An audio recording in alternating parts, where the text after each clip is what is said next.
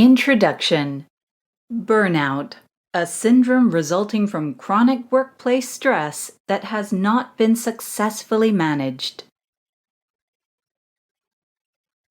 Most of us have experienced symptoms of burnout. You constantly lack energy and feel exhausted throughout the day. Your body is present, but your mind wanders and dreams off, so your job, daily tasks, and loved ones suffer. You aren't effective and are just mentally drained. For many of us, our livers are suffering through this exact same process. It may surprise you, but this triangular-shaped 3.3-pound gland is largely responsible for keeping your body and mind functioning properly.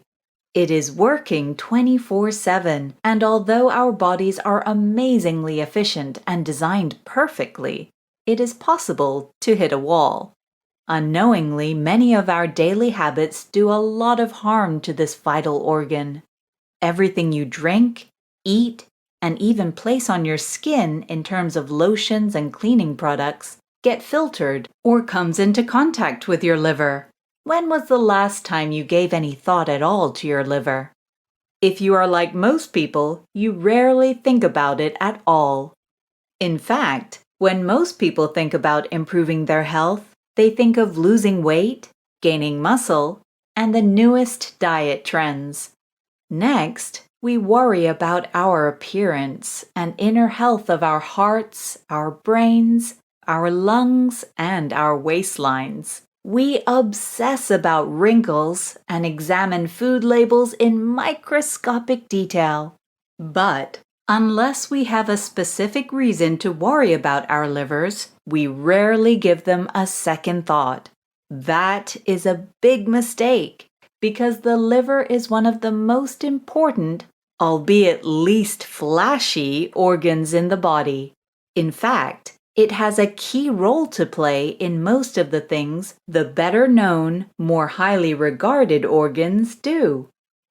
It produces chemicals that are important for digestion and the excretion of harmful chemicals. It manufactures several important hormones that help to keep our bodies in balance. It converts excess glucose to glycogen for storage, and it produces several proteins that are essential to everything from transporting fats around the body to producing plasma. Without the liver, we would not be able to clean toxins out of our blood, regulate blood clotting, or extract and store iron from hemoglobin. In fact, medical experts have discovered that our livers perform over 500 functions essential to our health and well-being. Many of those are so critical you would not survive if they did not happen. So, you could say your liver is a sort of biological life support. It is your largest internal organ, and it works quietly and tirelessly 24 hours a day, 7 days a week, every day of your life, keeping toxins at bay and helping to keep everything in balance. It can heal itself over time, and it is the only organ that you can receive a partial transplant of from a living donor and regrow to its full size over time. In short, it is a biological superhero, well hidden behind some nerdy spectacles, and it's high time we paid it a little more attention. But because it is so important to literally everything that our body does, that also means that when things are not quite right with your liver, you might find that you experience some strange symptoms. This book hopes to peel back the mask on your superhero liver and help you understand how things like burnout, fatigue, unexplained abdominal pain, and even itching and bruising could be a coded message from this important organ. We will show you the things you might be doing that cause your liver to have to work harder, or worse, cause it damage. We will look at what happens when your liver is not working at its full potential, and what you can do to give it a helping hand. Then we will show you how everything you eat, drink, and even put on your skin is eventually filtered through your liver. You will discover how the life you lead directly impacts your liver health and how that can affect how you feel overall. The good news is that one of the most amazing secrets locked in your liver is its remarkable ability to repair itself and regenerate. So even if you haven't been taking great care of yourself or your body, you can make changes today that will help your liver get back on track. Since it is involved in nearly everything your body does, this could be the start of a total body transformation. What is your liver affecting? You are going to read a lot more in detail about what your liver does and how it helps nearly every system in your body to function properly. And we're going to show you how to get it working optimally through simple lifestyle changes. But before we get to that, you should know what less than fantastic liver health might be causing or exacerbating in your life right now. You might be experiencing fatigue or burnout because your hormones are not balanced, or you are not using nutrients at peak performance. You may be experiencing appetite loss, or you might have metabolic issues that cause you to gain weight, even when you control what you eat. Or you might find that you bruise easily, or that your hair and nails do not grow as quickly as you would like them to.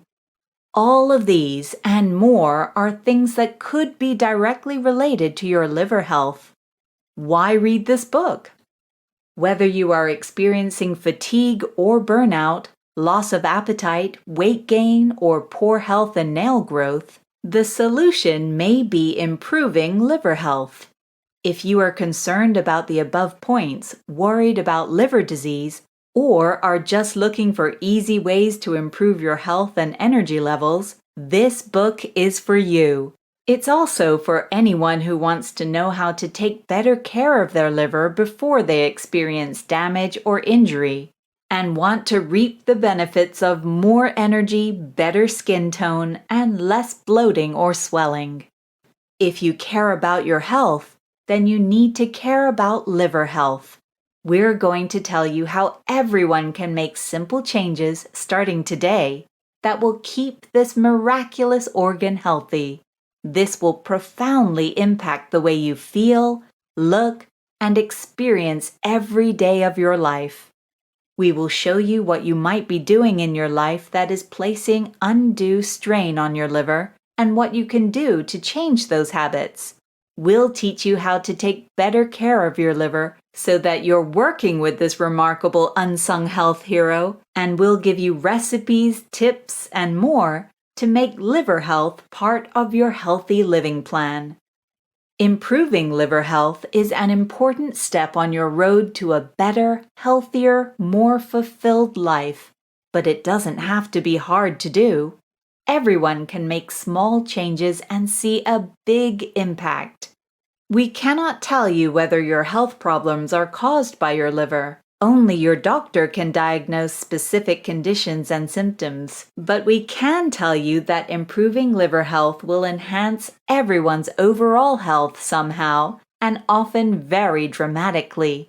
So, if you are looking for effective ways to make positive health changes in your life, it is guaranteed to have an impact. Good health is not something you buy from the pharmacy. It is not something you get from a plastic surgeon or by trying the latest diet trend. It is a collection of tiny steps that you repeat often enough that they become good habits. The more of those small steps you take and continue taking, the more you will start to see visible results in your life. What this book is. After years of researching the root cause of problems like fatigue, burnout, feeling mentally drained, and physically tired, we know that achieving better liver health will change your life.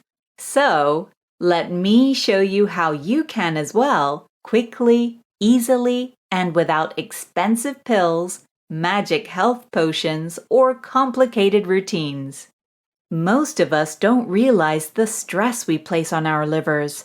And because it's such a durable organ, don't experience enough liver trouble to seek medical advice. These years of neglect add up and mean there is a high probability that many of us are suffering from the ill effects of not taking better care of our livers.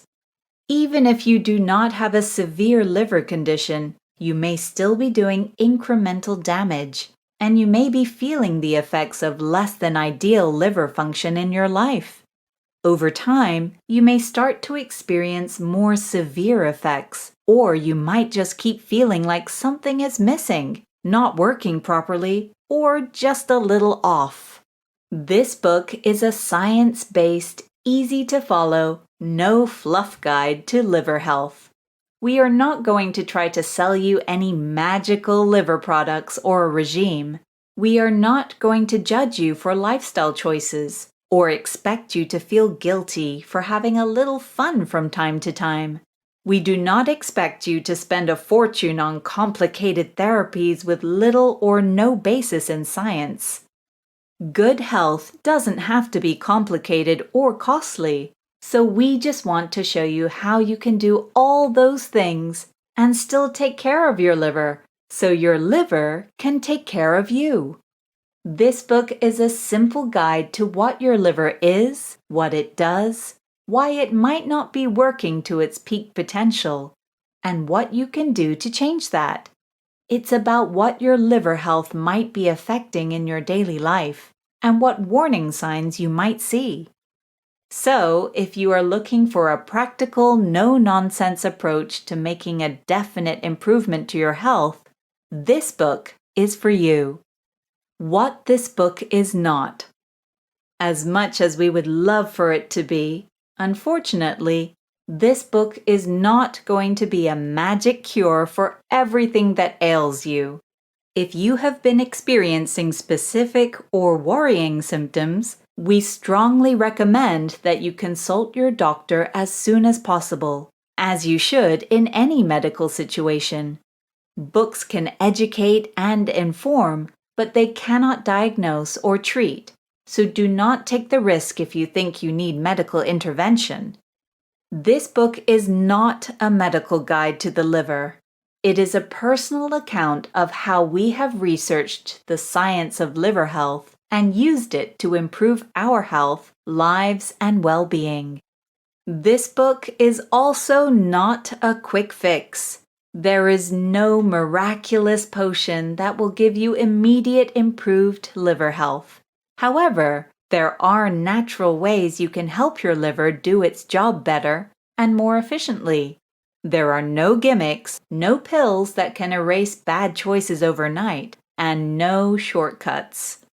But if you are willing to put in a little work, make some manageable changes to your lifestyle, and listen to your body a little more, you can transform the way your liver works and reap the benefits in nearly every aspect of your overall health. Now that we know what this book is and is not, let's get down to business and learn more about what your liver is, how it works, and what it does for you. If you have no time for health, health has no time for you. Justin Zheng Jishin.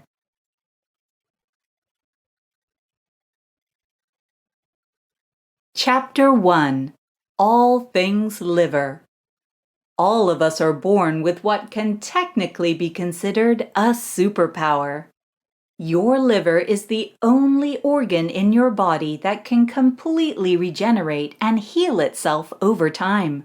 In fact, because of this miraculous ability, the liver is also the only organ that can be partially transplanted from a living donor, and then both the donor and recipient's liver will regrow to full size.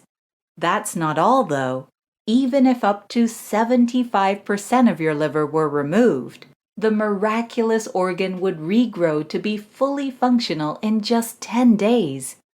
That's a good thing too, because while you can get dialysis for damaged kidneys or a pacemaker to correct the beating of your heart, There is still no widespread mechanical or technological support options for liver function. Your liver is an amazing, miraculous, and hard-working organ, but the more you know about how it works, where it is, and what it does, the better you understand how to keep it healthy. Locating your liver.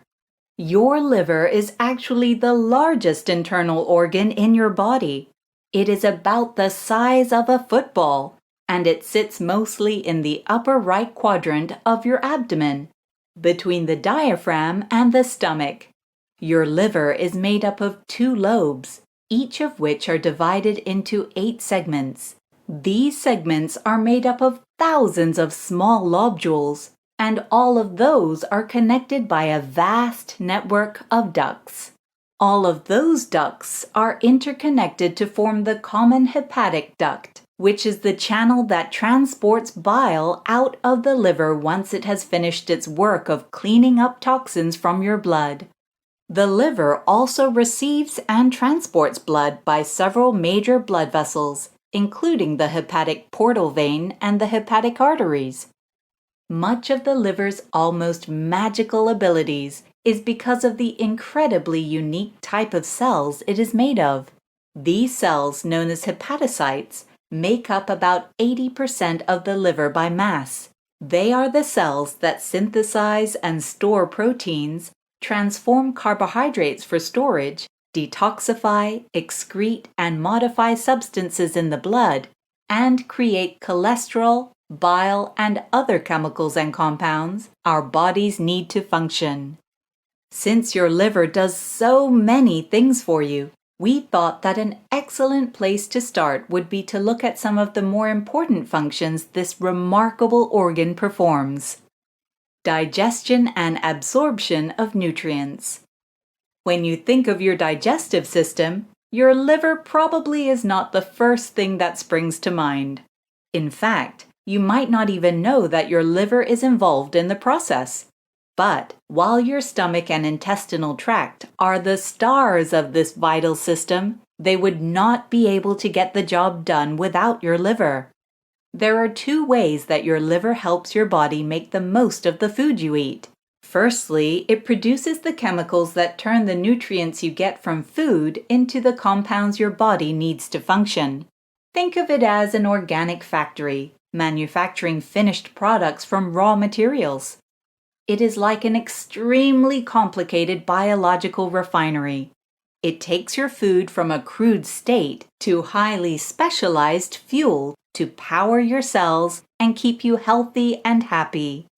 Secondly, it produces bile, which is essential in processing fats and certain nutrients. In fact, without bile, you would not be able to process fat at all, because it is bile that emulsifies the fat cells and allows the small intestine to absorb them. Since vitamins D, E, K, and A are also fat-soluble, if it were not for bile, you would not be able to absorb them. Your liver takes over right at the end of the digestive process, sorting the good stuff from the bad, and ensuring that the nutrients absorbed by your intestinal tract are transformed in the most efficient way possible. Since the food we eat is fuel for our bodies, it is easy to see how if your liver is not functioning at its peak, you might have less energy and struggle to get through the day. But it is also so much more.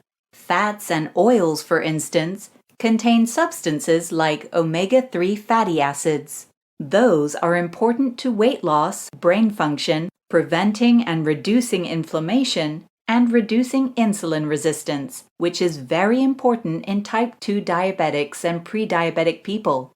If food can be seen as medicine, then your liver is your body's chemistry professor, transforming everything we eat into the perfect balance of substances to heal, support, and improve our health.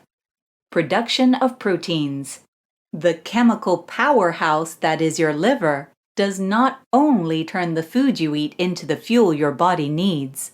It also manufactures many important proteins that do all sorts of essential things in your body. For instance, blood clotting would not be possible without your liver, which produces most of the coagulation factors your body uses to heal internal and external wounds. Since the liver also produces albumin, another protein that regulates blood volume and distribution of fluids in your body, it is intricately woven into the circulatory system and every other organ and system in your body. You would not be able to store iron without your liver either. It produces ferritin, which is the protein that helps to transport iron around your body. Since anemia often comes with chronic fatigue, it makes perfect sense that if yours is not working at its peak, you might be suffering from an iron deficiency. Lipoproteins are another particular type of protein that is only produced in your liver. You might have guessed from the name that they are instrumental in the movement of cholesterol around your body. And as you probably know, cholesterol levels are critical to heart, vein, and artery health. These are just a few of the particularly important proteins your marvelous liver quietly makes, helping to keep all the other chemicals you need and systems you rely on working properly. Storing nutrients. So far, we have only covered a small section of all this magnificent organ is capable of. Your liver is also the critical link in storing and releasing a variety of nutrients you need. Excess energy from carbohydrates, for instance, is stored in your liver as glucose. It then works with your pancreas to determine when this stored energy needs to be released, to keep your body fueled and ready. This is another reason why, if your liver is not working optimally, you might find that you lack energy. If it is too busy taking care of other functions, it might not be releasing that stored energy when you need it. Your liver stores and processes fats, produces and regulates cholesterol levels, and breaks proteins down into the amino acids your body needs to build new muscles and make important repairs. In other words, your liver is one of the star players in your metabolic system, and when it is working correctly, it helps to ensure that everything stays in balance. This means if you are eating a healthy diet and exercising regularly, your liver helps to ensure that you stay in great shape and look great too. Hormone production and regulation. Need another reason why your liver is a rock star? How about hormone production and regulation? Your liver converts thyroid hormones into their most active form. Since your thyroid also plays a role in your metabolism, this makes your liver a double whammy in ensuring that you are processing the food you eat most efficiently. It makes IGF-1, which promotes cell growth, and it also produces angiotensinogen. This is a hormone that helps regulate sodium and potassium in the kidneys and helps keep your blood pressure stable. But your liver does not stop at making these especially important biological chemicals. It also breaks them down and gets them out of your body when you have too much of them, helping to keep everything in the careful balance we need to be healthy. Excretion and detoxing. Last but certainly not least, your liver is the organ that is responsible for filtering toxins, neutralizing them, and getting them out of your body. Your liver processes chemicals ranging from alcohol and drugs to excess biological chemicals out of your blood, rendering them harmless and sending them on their way.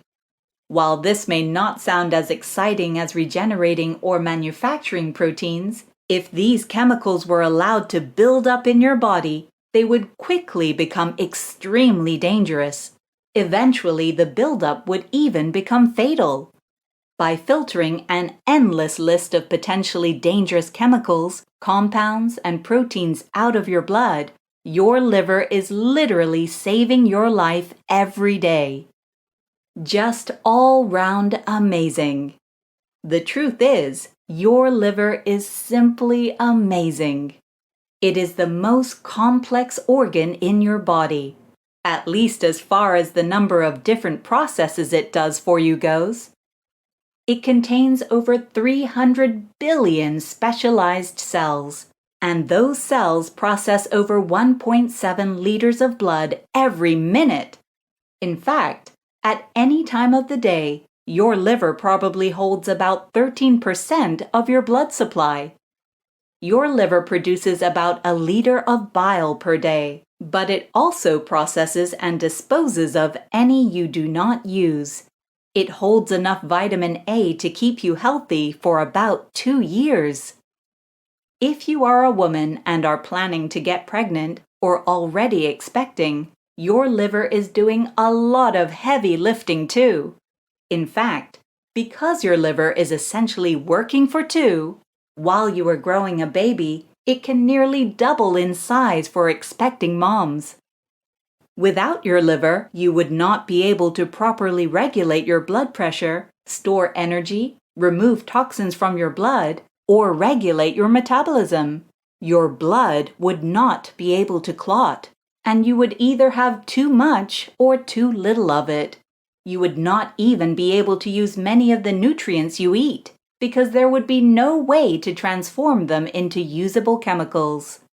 There is simply no organ in your body that does as many things for as many systems and processes as your liver. This is why it is so vitally important that you take good care of it, so it can keep taking good care of you. Now that we know what your liver does for you, it is time to learn what you can do for your liver. You can enhance your body's natural detoxification system by simply changing your diet. Women's Health Network.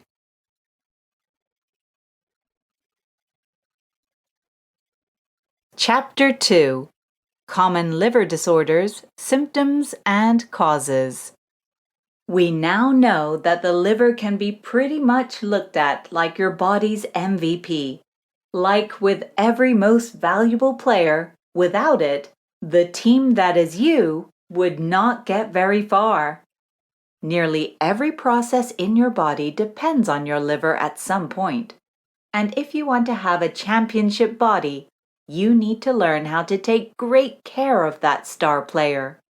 One of the most important ways to do that is to learn more about what might go wrong with your liver, why it might happen, and the warning signs. As with everything health-related, when something is not right with your liver, the sooner you act, the more likely you are to have a good result. Whether that means lifestyle changes or something else, learning to spot the common signs of liver trouble is essential to your overall health.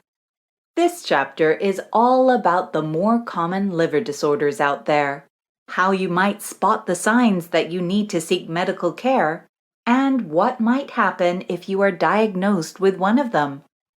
A complex and carefully balanced system. Your liver is the engine that drives what is called the hepatic system. This is the system that, as we have already discussed, cleans your blood of toxins, helps you digest food, creates bile, and more. We have also discussed how your liver is the most complex organ in your body, and that also means that it is carefully balanced. When an injury or illness throws that balance even a little off, you will notice signs that something is not right. Before we get into the specifics of some of the things that might cause that, it's important to remember that if you have any medical symptoms or signs that something might not be right, you should consult your doctor. There is a fair amount of stigma surrounding liver disease because most people believe that it is always related to alcohol or drug abuse, which is not true. Even if you are experiencing liver disease-related symptoms because of lifestyle choices, the best thing you can do for yourself is to seek help and make the necessary changes to improve your health. Treating your liver right will have a profound change in your general health, and you owe it to yourself to find out what the cause of your symptoms is and get the right treatment. Now that we have got that out of the way, here are some of the more common liver diseases and disorders you should be looking out for. Hepatitis. Hepatitis is a blanket name for inflammation of the liver. This usually occurs due to the viruses known as hepatitis A, B, C, D, and E, but can also be caused by lifestyle factors like excessive drinking. Some people also develop hepatitis as a result of autoimmune conditions or drug use, whether prescription or otherwise. Some people also get hepatitis C through sexual activity. So if you are sexually active, you may be at risk of contracting this version of the virus.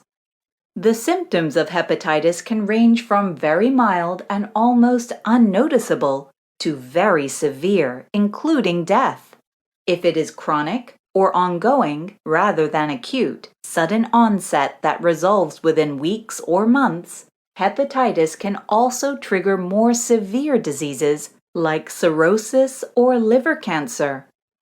There are vaccinations for hepatitis A, B, and D, but none for hepatitis C. There are, however, antiviral medications and other treatments that can treat all kinds of hepatitis, which is why it is crucial to seek a diagnosis if you think you might be affected. Hepatitis symptoms can range from almost none to a telltale yellowing of the skin, nausea and vomiting, other tummy trouble, fatigue, and abdominal pain. Any or all of these symptoms may also be accompanied by loss of appetite. Diagnosing hepatitis can be a tricky process because it is not always caused by the same thing. If you have yellow skin and eyes, your doctor will probably consider hepatitis right away. Still, in other cases, it may take a medical and travel history, blood tests, and different tests and processes to determine if your symptoms are caused by hepatitis and which type. It is always good to get vaccinated for the types of hepatitis that there are immunizations available for, especially if you travel a lot.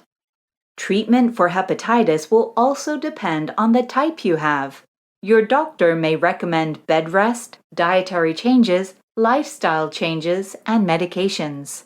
You will probably have to have regular checkups after diagnosis to make sure that things are progressing as desired.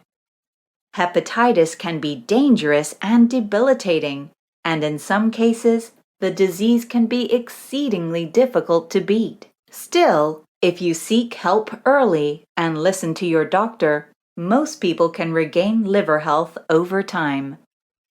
Autoimmune hepatitis. We have briefly mentioned it before, but it deserves its own section as well.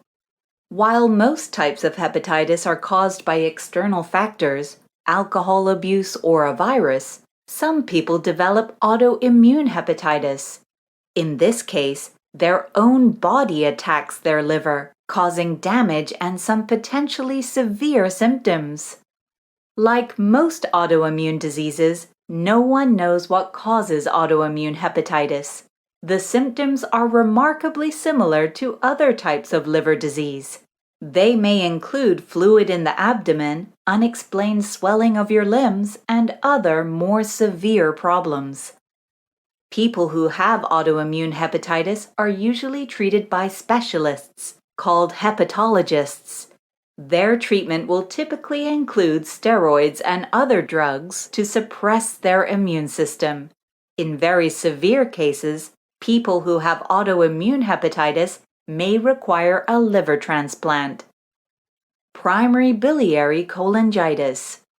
Primary biliary cholangitis, or PBC, used to be known as primary biliary cirrhosis. Still, because cirrhosis is only a factor in very advanced stages of the disease, it was renamed to include milder forms too.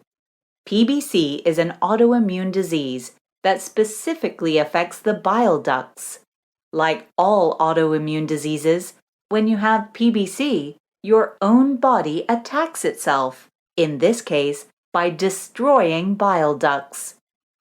This is an exceedingly rare condition affecting about 1 in 4,000 people.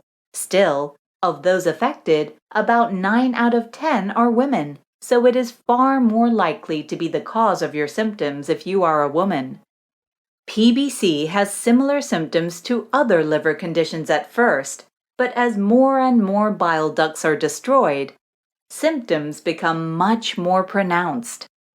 If you suspect you may have an autoimmune liver disease like PBC, your doctor may use everything from liver enzyme tests to antibody tests, ultrasounds, and biopsies to confirm the condition.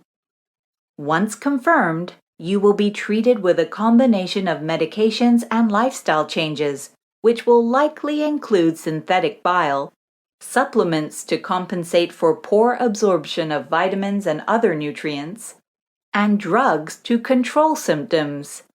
Dietary changes and alcohol avoidance are also part of the treatment plan for people with PBC. There is no cure for PBC, but treatment can control the symptoms. In severe or advanced cases, liver transplants can improve the quality of life for people with PBC. Primary sclerosing cholangitis. Primary sclerosing cholangitis, or PSC, is another liver disease that most people have never heard of, but that may be behind common liver disease symptoms. Unlike many liver ailments, however, PSC is often considered idiopathic, meaning that there is no definite cause. Some people believe that it is an autoimmune disease, but it does not respond to conventional autoimmune treatments like other diseases of the type. Some studies have shown a connection between PSC and intestinal flora, while others link the condition to cellular senescence, which is a condition where cells effectively stop replicating. There are also potential links to genetic factors.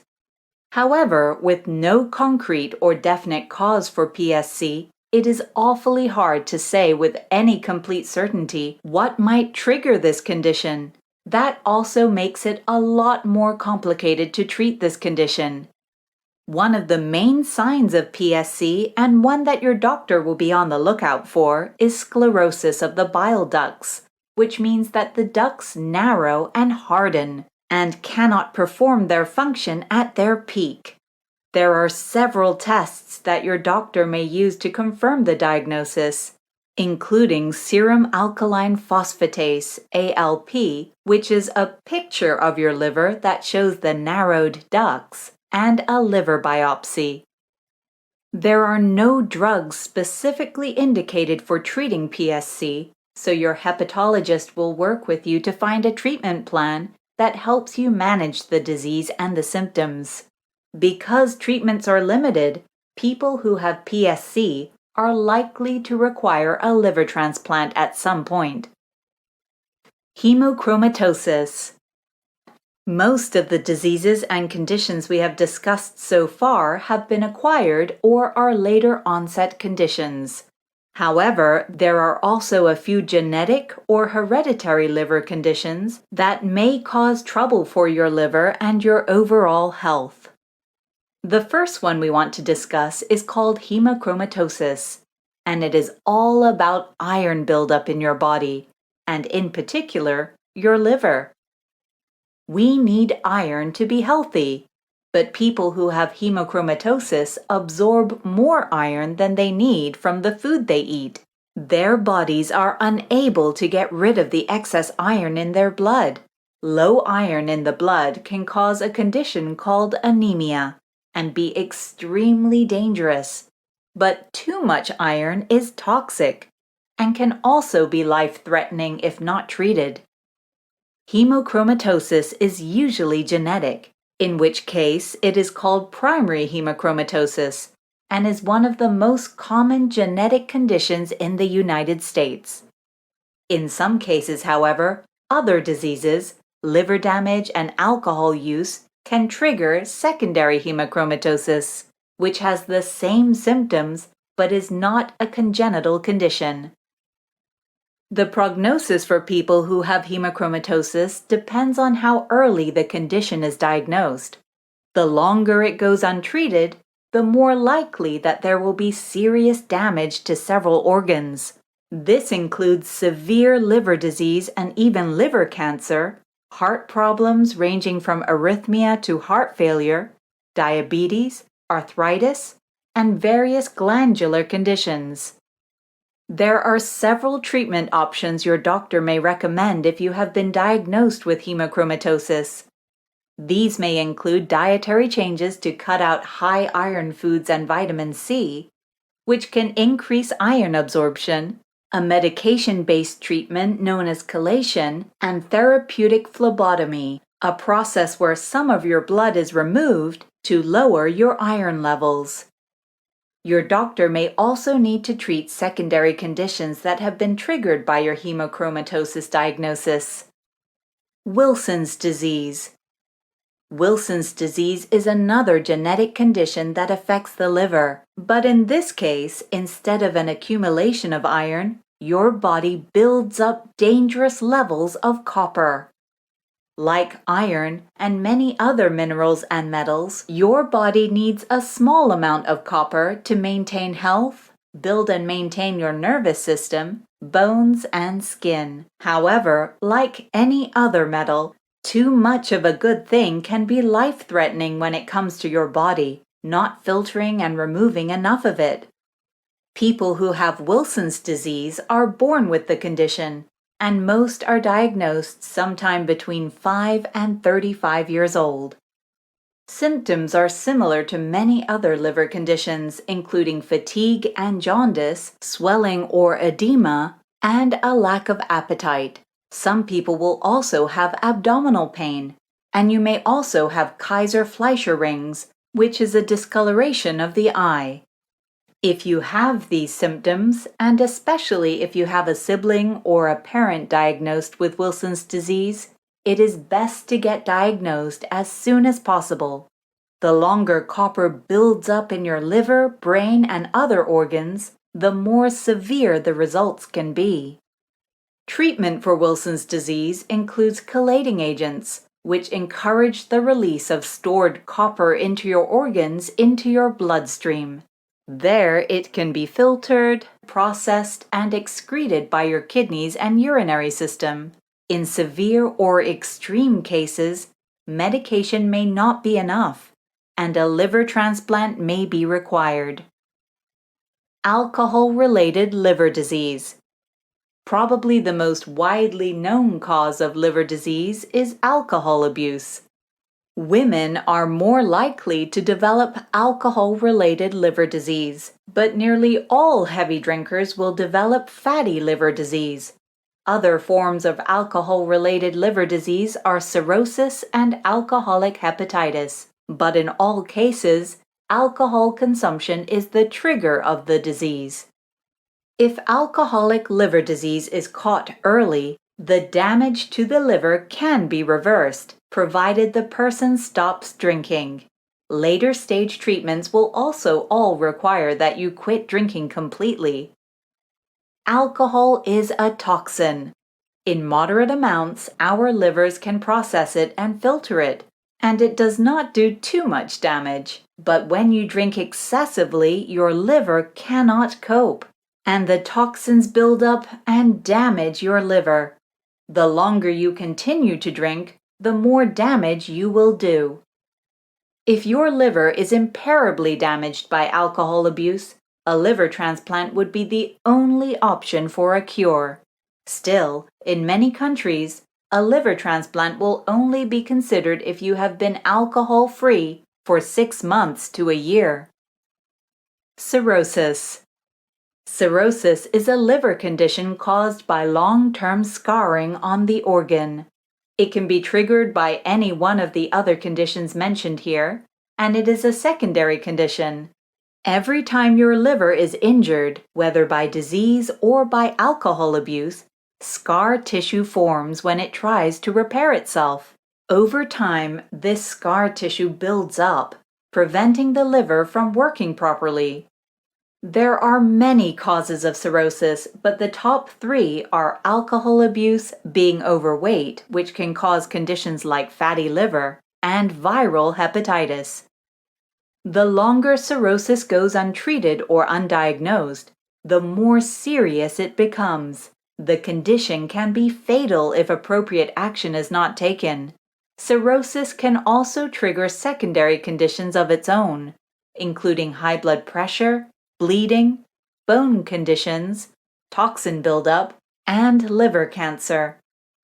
To diagnose cirrhosis, your doctor may use a combination of imaging tests like MRIs and CT scans, blood tests, and possibly a liver biopsy. Because cirrhosis is a secondary condition caused by something else, cirrhosis treatment is always related to the underlying cause. Your doctor will recommend lifestyle changes like avoiding alcohol and changing your diet, losing weight, and medication to treat diseases like hepatitis. If you have developed related conditions like high blood pressure, fluid buildup, or infections as a result of having cirrhosis, your doctor will treat those too. Liver cancer. Liver cancer can start in the liver, primarily liver cancer, or spread there from somewhere else, secondary liver cancer. Cancer causes the cells of the liver to stop behaving normally, and mutations start to occur. These mutations result in tumors, which in the case of liver cancer we call malignant tumors. The most common, although not only, type of liver cancer is cancer that affects the hepatocytes, which are the cells that make up most of your liver. It is much rarer to get a primary form of liver cancer. In most cases, liver cancer is secondary and spreads or metastasizes to your liver from somewhere else in your body. When primary liver cancer does occur, it is usually the result of some other form of liver condition, alcohol abuse, smoking, diabetes, using certain kinds of birth control, and other lifestyle factors. Some people will get liver cancer even though they take good care of themselves. In most cases, however, making healthier choices in your lifestyle, being on the lookout for liver disease symptoms, and taking steps to treat liver conditions if you are diagnosed with one will lower your risk. Symptoms of liver cancer depend on the type of cancer you have. They may include common liver disease symptoms like abdominal pain, nausea, vomiting, loss of appetite, and fatigue. You may also have digestive issues like diarrhea or constipation. In less common types of liver cancer like hepatic encephalopathy, stranger symptoms like changes in the way your breath smells and personality changes may also be experienced. As with any cancer, the sooner liver cancer is diagnosed and treatment begins, the better your long-term prognosis will be. If you have any strange symptoms, and particularly if you have another liver condition, seek expert medical care as soon as possible. Your doctor will want to run many tests, ranging from blood tests to imaging and scans, possibly a biopsy and others. It can be a long and scary process, but the sooner you start, the better your outcomes will likely be. Once you have been diagnosed with liver cancer, your doctor will do what is known as staging, which is assessing the nature and spread of your cancer. They will assign it a stage between 0, less severe, and D, more severe, which determines the severity. This will be a factor in determining the type of treatment you get. There are various treatments for liver cancer, including radiation, chemotherapy, surgery, and others. Many patients will have a combination of treatments. Even after the cancer is cured, your doctor will want to monitor you regularly because liver cancer, like many others, can recur. Fatty liver disease. Fatty liver disease refers to any condition where there is more than 5% fat buildup in the liver. When this buildup is caused by alcohol abuse, it is the first stage of what is known as ARLD, or alcohol-related liver disease. Fatty liver disease does not usually have any noticeable symptoms. When it is caused by alcohol, quitting drinking is the only treatment necessary to reverse the damage. In fact, if you stop drinking for as little as 2 weeks during the early stages of ARLD, your liver will be able to repair itself, and that should solve the problem. It's important to note that fatty liver disease in general is related to being overweight or obese. So, if you drink more than you should and are carrying a few extra pounds, you have a higher risk of developing this condition. Non-alcoholic fatty liver disease. Non-alcoholic fatty liver disease, or NAFLD, is a type of fatty liver disease that is not related to alcohol. In fact, it can even affect children. There is also another type of non-alcohol related fatty liver disease known as NASH, or non-alcoholic steatohepatitis. Of the two, NASH is much more severe and significantly increases patients' risk of developing liver cancer. Normal fatty liver generally does not have too many symptoms and is mostly a benign condition. However, people who have NASH tend to have more symptoms, often develop secondary conditions like cirrhosis, and have long-term damage as a result. In both NAFLD and NASH, as with alcohol-related fatty liver disease, the buildup of fat in the liver makes the liver more fragile and vulnerable to damage. The disease itself is not a problem, but if you have any other liver conditions such as hepatitis, you could experience profoundly serious complications. There are no specific treatments for NAFLD and NASH, but since they are far more prevalent in people who are overweight or obese, your doctor will almost certainly prescribe lifestyle changes, including a healthier diet and more exercise. Your doctor will also want to monitor your liver and be on a special alert for secondary conditions that you may develop over time. Drug-related liver disease. While this list of conditions is not exhaustive and many other rarer conditions could affect your liver, the last of the more common problems we are going to cover is drug-related liver disease. As we have already established, your liver is a filter for most things you eat and put into your body. That includes alcohol and drugs, whether legal or otherwise. Some people who develop drug-related liver disease have been prescribed a medication where there is potential for liver damage. Still, there tend to be more cases with people who use illicit drugs. When you are taking prescription medication where there is a risk of liver damage, your doctor will carefully monitor it, so it is much less likely to happen. If it does, it will be caught quickly. When you are taking recreational, illegal drugs, no one monitors how your body reacts. Over time, that can result in serious problems. There are various kinds of drug-related liver disease you might experience, such as drug-induced hepatitis or drug-induced cholestasis. In all of these kinds of disease, however, the drugs themselves trigger the condition, affecting your liver function and leading to long-term scarring and other potential problems. Symptoms of drug-related liver disease will mirror the non-drug-related disease's signs, with some of the most common being fatigue, jaundice, abdominal pain and swelling, or bloating. If you are taking drugs, prescription or otherwise, and notice any signs and symptoms of liver disease, it is important that you consult your doctor as soon as possible to confirm or rule out liver disease caused by the drugs. As with most types of liver disease with lifestyle or environmental factors, one of the most important things is to remove the trigger or cause, which may mean changing prescription medication or avoiding recreational drug use.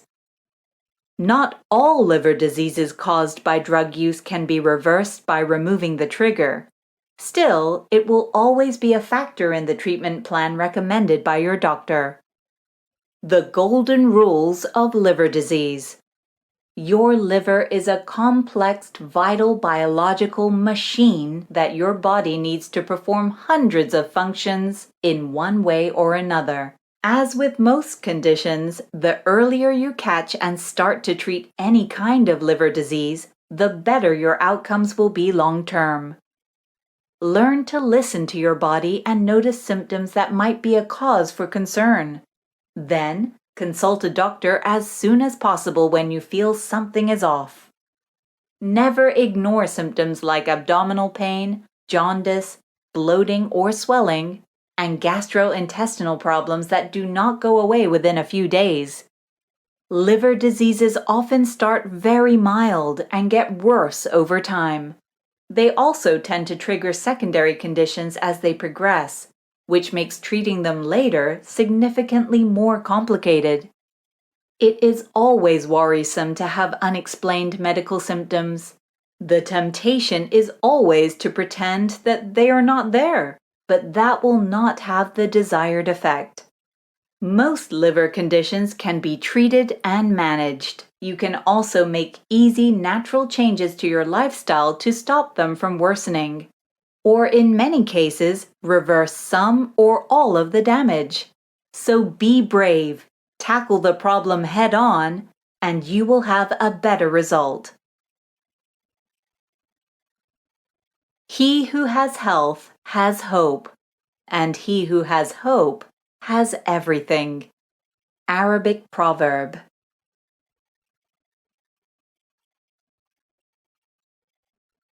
Chapter 3: Improving Liver Health.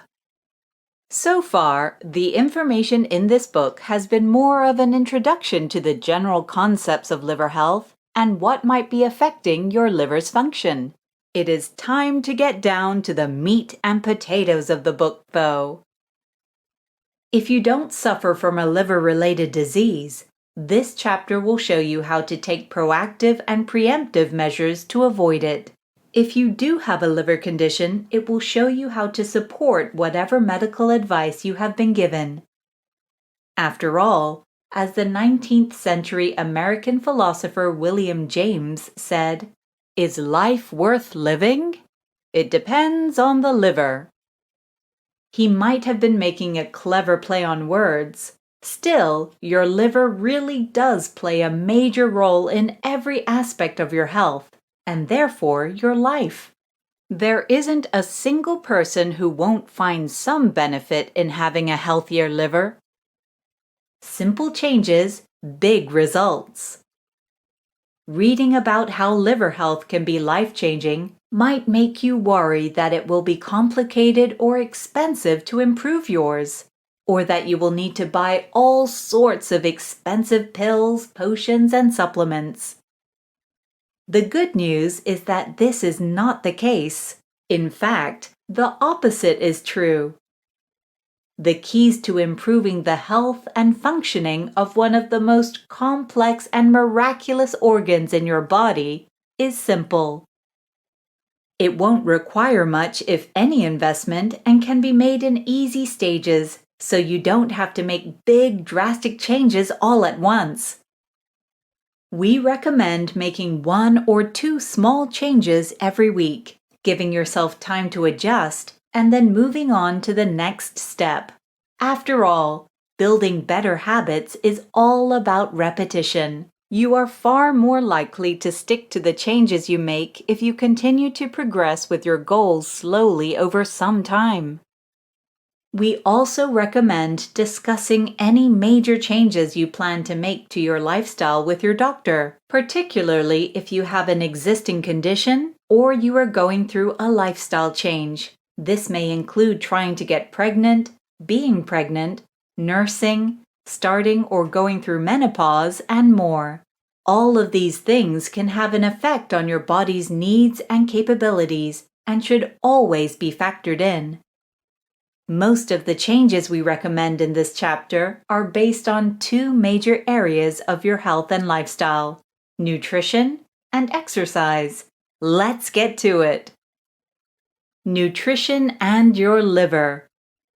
Aside from the specific benefit to your liver health, It is useful to think of the food you eat as fuel for the complex machine that is your body. The higher the quality of the fuel and the more efficiently it gets the job done, the better the machine works. This is true for every system in your body, but because it is so involved in digesting or processing that fuel, even more so for your liver. Nutrition basics. Most people do not put too much thought into what they eat. Those that do are often taken in by fads and trends that do not necessarily have any noticeable benefit. So, we thought we would start with the very basics of nutrition, so you can start to understand the science of food and what it does for and to your body. Here is what you need to know in broad strokes. Macronutrients. Macronutrients are the nutrients that you need in larger amounts every single day. There are 3 main types of macronutrients: carbohydrates, proteins, and fats. We need all 3 of those to be healthy, but the ratios and quality of the foods we get them from go a long way to determining how well we can process and use them. Carbohydrates are fast fuel for your body. They are the first thing your body uses as energy for the cells and systems that make up your body. There are 2 main types of carbohydrates: simple carbohydrates that are usually refined and processed quickly, causing a sharp spike in blood sugars, and complex carbohydrates, which take longer to process and typically include things like fiber, which are also important to overall health. Most modern nutritional wisdom recommends choosing complex carbs over simple ones. So, choose whole grains, starchy vegetables, and whole fruits, rather than things like white bread and rice, refined sugar, and fruit juice. These offer extraordinarily little nutritional value and can actually trigger or exacerbate inflammatory conditions and other diet-related problems. Most healthy people need to get between 45 and 65% of their daily nutrients from carbohydrates. However, it is recommended that most of these are complex carbs. Protein is the next essential macronutrient your body needs to function at its peak. High-quality proteins like meats, fish, poultry, eggs, vegetables, dairy products, and legumes all contain amino acids. Your body needs this to build muscle and carry out repairs on damaged tissue. This is particularly important for your liver since it is always working to keep itself in good condition. Your body actually manufactures 11 amino acids of its own.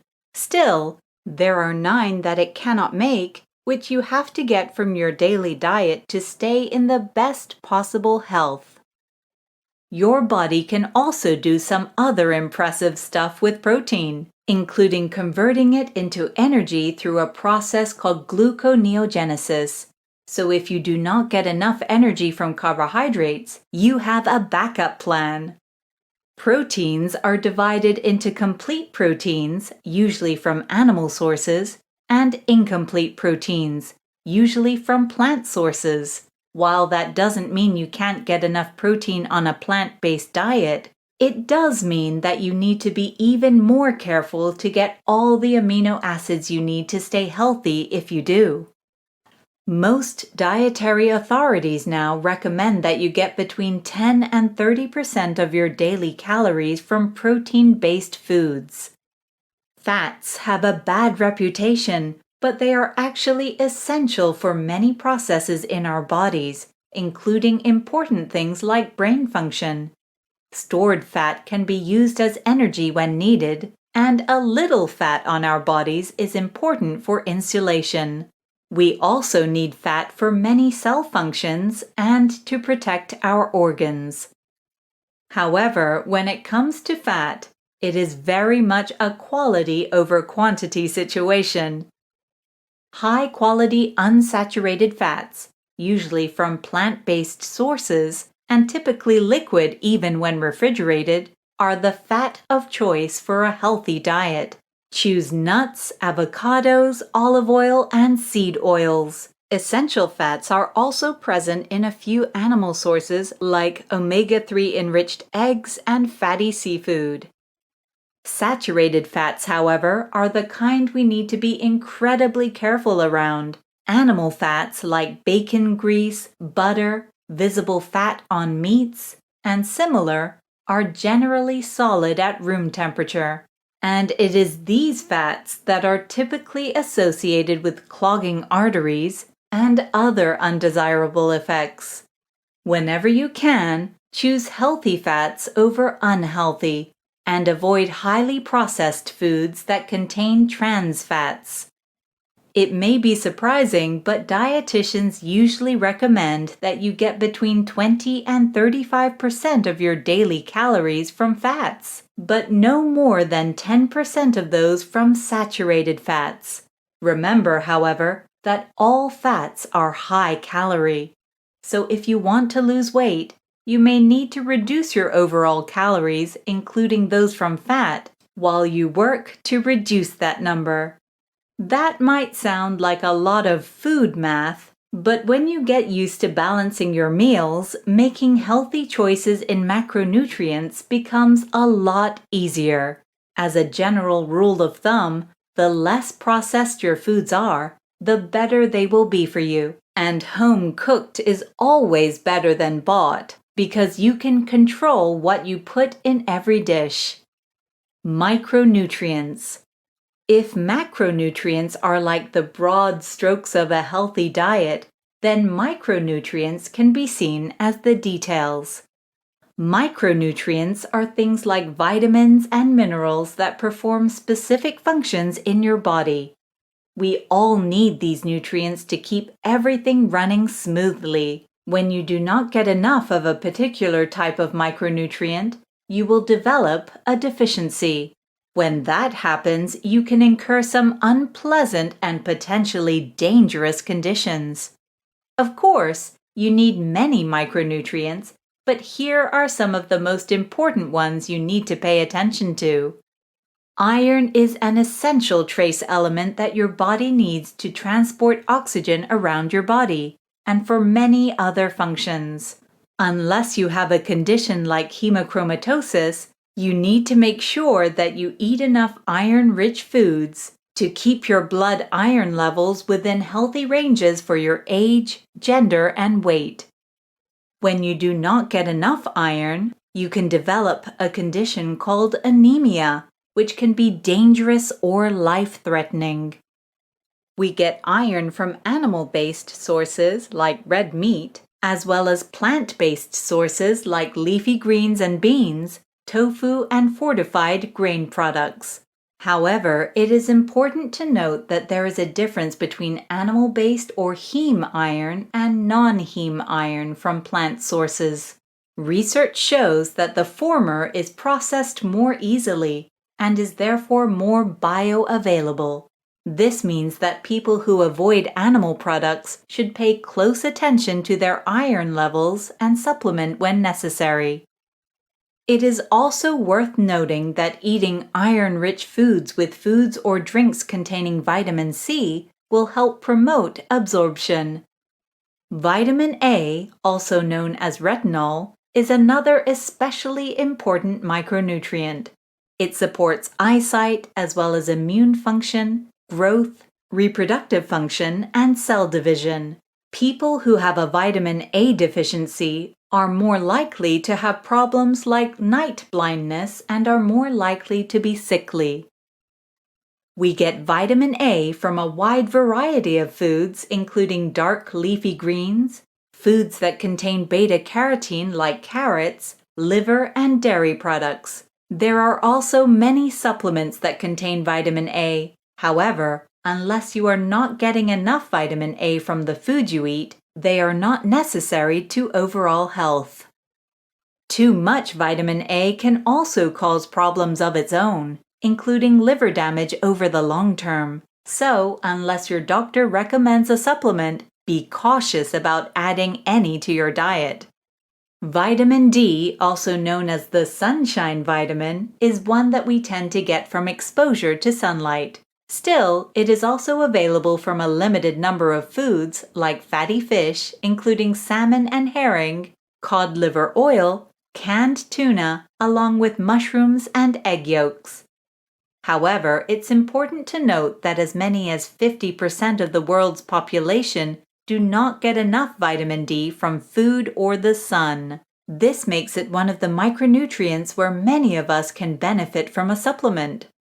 Signs that you might not be getting enough vitamin D include problems with bone density, muscle and nerve conditions, and a weak immune system. If you live in a part of the world where there is limited sunlight, it can be recommended to speak to your doctor about taking a vitamin D supplement as part of your daily routine. Iodine is another micronutrient that we need in order to be as healthy as possible. Low iodine levels can lead to potentially serious problems like thyroid problems, reproductive problems, brain function issues, and trouble healing from injuries. Iodine is present in fish and seafood, dairy products, and some fruits and vegetables.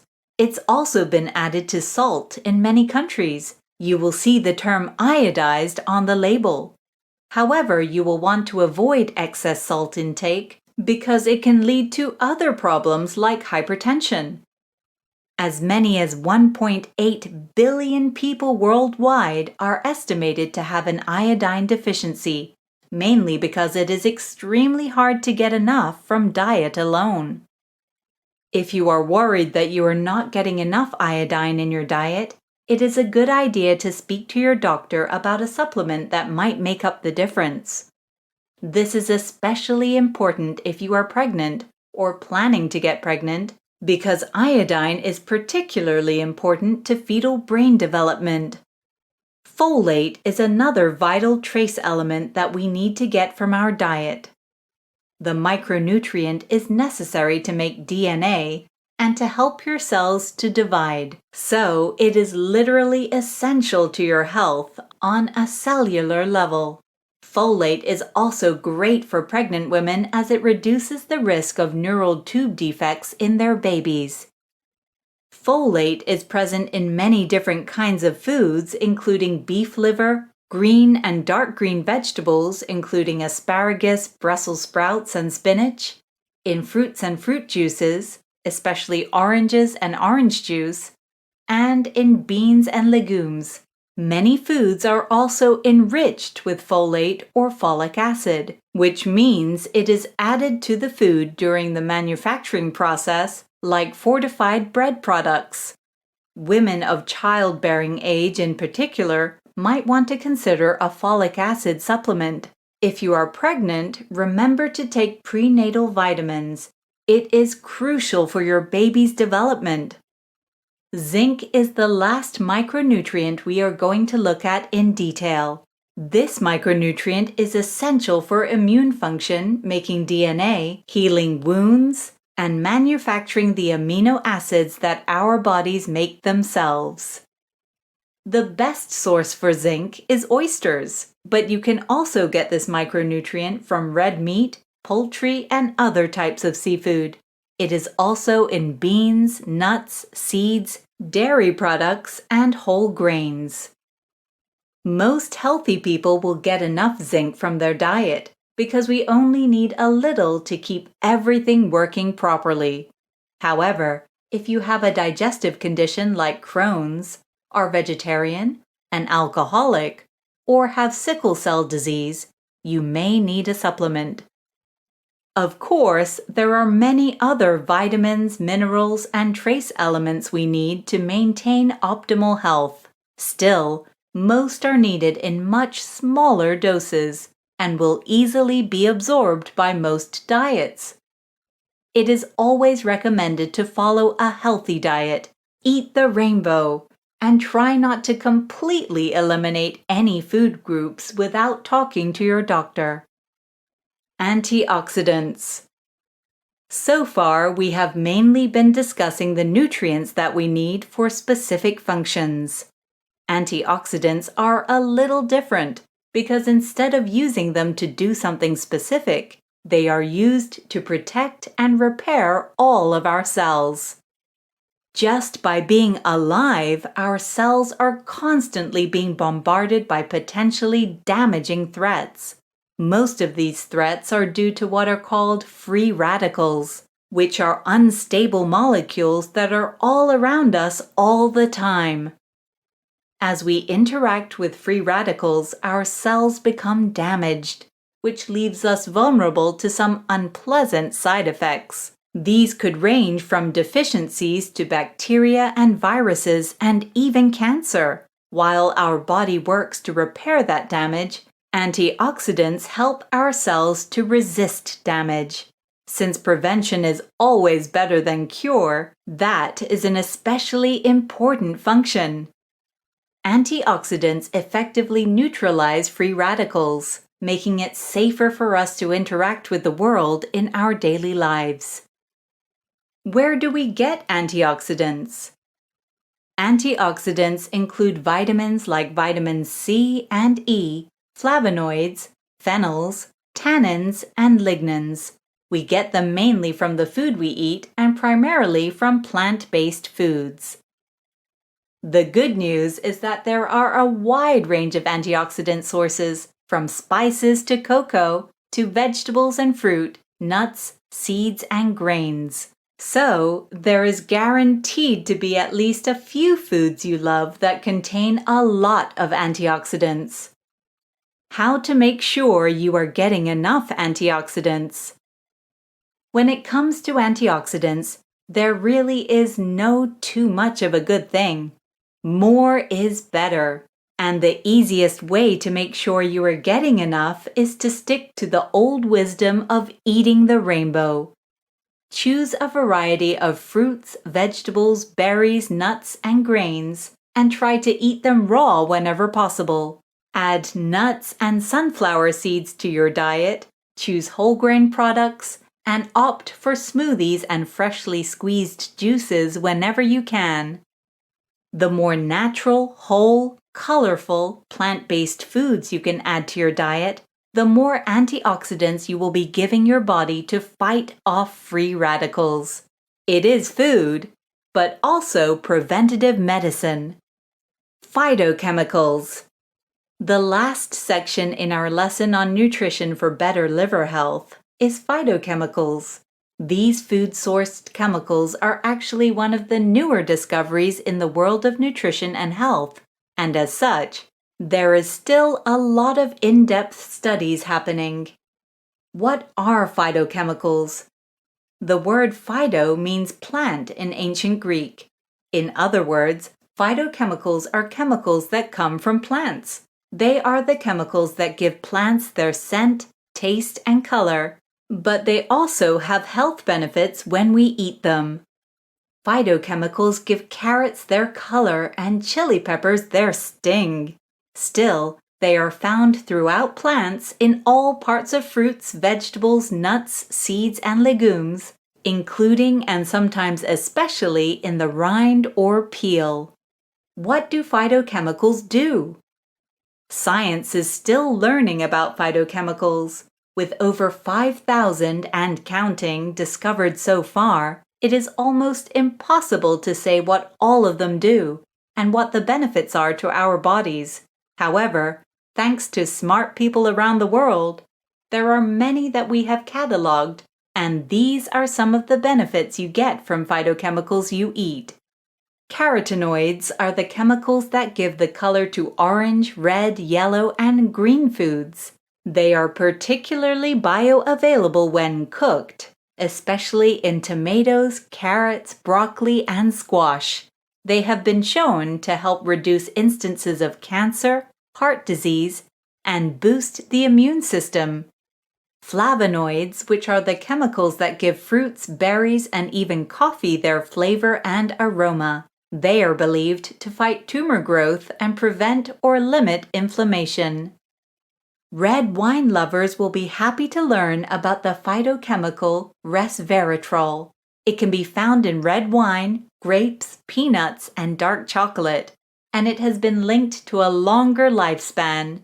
Enjoy in moderation. Anthocyanins, which we also get from berries and red wine, have been shown to lower blood pressure. Flavanols and proanthocyanins, which are available from cocoa, apples, grapes, and red wine, help reduce blood pressure and preserve the lining of the arteries. Sulfides and thiols, which give vegetables like olives, leeks, scallions, onions, and garlic their signature pungency, have been linked to lower LDL or bad cholesterol. Terpenes in citrus fruits and cherries help to fight cancer cell growth and can help to protect against viruses. Lutein and zeaxanthin, which we find in dark leafy greens, have been linked to better visual health. There are thousands of other phytochemicals out there, all from different sources and all with various benefits. Science is still discovering what these remarkable natural compounds can do for us. Since studying anything related to health involved long-term real-life studies and lab-based research, it will be a while before we have the whole picture. There is one fact that most studies have discovered and confirmed, though. The benefits we get from phytochemicals are exclusively related to a healthy diet. You cannot cheat by eating badly and then taking a pill. How to get more phytochemicals in your diet? While we do not know what all the phytochemicals are or what they do, we know that they have significant health benefits and come from brightly colored, highly flavored, scented plant-based foods. So, the best way to get more of the good stuff these compounds offer in your life is to eat between 5 and 9 servings of fruits and vegetables every day, and to mix it up as much as you can. If you do not love one, kale, we are looking at you. Try another, like asparagus or broccoli. More than ever, it is clear that eating more plant-derived foods is critical to our overall health. And of course, since it has a finger in nearly every biological pie, to your liver health in particular. The healthy liver diet. Now that we know the general basis of good nutrition, it's time to get down to specifics you can target to improve liver function and health. Choose whole foods. The first thing you should be doing is choosing whole foods wherever possible. Processed foods, by definition, contain a lot of additives, chemicals, and other stuff. Since your liver is the organ that has to process all this stuff out of your system, it's the one that has to work harder when you make bad choices. There are some benefits to organic foods, but remember that organic does not mean pesticide-free. It is just a different kind of pesticide. Make sure you also wash and prepare foods carefully, because all those chemicals, even the organic ones, can take a toll on your liver as well. Fresh fruits and vegetables, leafy greens, legumes, nuts and seeds, and some whole grains should make up the bulk of your diet and foundation. Lean meats, proteins, and some healthy oils will be situated at the top of the pyramid. Eat more fiber. Your liver is part of the digestive tract, so another big part of its function is making sure that waste makes it out of your body. Fiber is nature's broom, helping to bulk up that waste material and keep things moving. Fiber is abundantly present in fruits, vegetables, and whole grains. So, making smart food choices is the first step in getting things moving. If all else fails, your doctor may recommend adding a fiber supplement like psyllium, which is present in many drinks and preparations. It does not have much of a nutritional impact aside from improving your bowel function. Add garlic to your diet. Sure, it's not great for romance unless you are romancing a fellow garlic lover, but it is excellent for your liver. Garlic contains a lot of selenium, which is a mineral that helps to detoxify your liver. It helps to activate liver enzymes, which makes it easier for your liver to do its job. Vitamin C. Vitamin C from citrus fruits like oranges, grapefruit, and lemons helps to promote the production of liver enzymes and improves the detoxifying abilities of your liver. Just a little bit of vitamin C from citrus or other sources like apples, tomatoes, and sweet peppers can boost your liver's cleansing abilities. Turmeric. It is well known that many spices are superfoods, but few have shown themselves to be as effective as turmeric. This golden yellow spice, popular in Indian and other cuisines, does a whole lot of particularly essential things for your liver. It supports the enzymes that flush out toxins and contains antioxidants that repair free radical damage to liver cells. It helps the liver to detox from metals that we get from our diet. Last, but certainly not least, this golden super spice also helps to increase bile production. Walnuts. All nuts are good for us, but walnuts are particularly important for liver health because they contain glutathione and omega-3 fatty acids. These help cleanse the liver and, more importantly, the amino acid arginine, which helps the liver process and eliminate ammonia. Apples. Apples not only contain vitamin C, which is good for your liver, but they also contain pectin, which supports cleansing and eliminating toxins from the liver. Pectin is also available from pears, guavas, quince, plums, and gooseberries. So a fruit salad is a great way to support your liver health, and it's tasty too. Avocados. You have probably heard of the benefits of the fatty acids in avocados, but how about their ability to assist in the production of glutathione, which helps the liver expel toxins? Add their natural ability to help clean your arteries for better blood flow to your liver and everything else, and this is one superfood you need on your liver health menu. Green tea. Green tea contains a phytochemical known as catechins, which are known to improve liver function. As always, though, choose the real thing over extracts and derivatives, because some of those can do more harm than good. Milk thistle.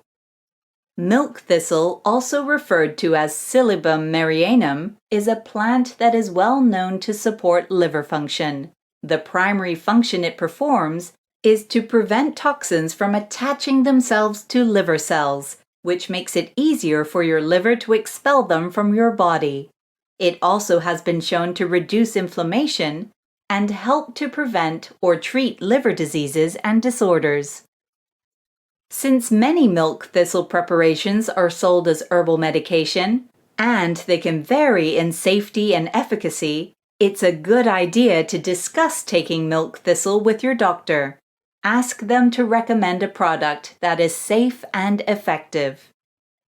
Dandelion greens. Nope, they aren't just a weed. Dandelion greens might be something you always pulled out of your lawn, but they are actually proven to pack some impressive health benefits as well, particularly for your liver. Dandelion greens are well known to support liver and kidney function. They are extremely easy to incorporate into your diet. Simply add some to your next salad for a bitter crunch and some added liver love. Drinks for liver health. While we may have said that red wine has some health benefits, in moderation, when it comes to your liver, it is best to keep it simple and alcohol-free. Liver-friendly drinks are simple and help dilute and flush out toxins, so your liver does not have to work so hard. Choose water, lemon water, green tea, and freshly made juices and smoothies with any of the foods we mentioned above to give your liver a liquid boost. Avoid drinks with added sugar, commercial juices which have extraordinarily little nutritional value and no fiber, and limit your alcohol intake whenever possible. Body and soul. Good health and good liver health may be built on what you put into your body, but it is supported by what you do with your body. If food is the fuel that drives your body's engine, then your lifestyle is the preventative maintenance that keeps it in tip-top condition. There are some remarkably simple, fundamental lifestyle choices that help you maintain good health and, in turn, support good liver health. Sleep. Never underestimate the power of sleep.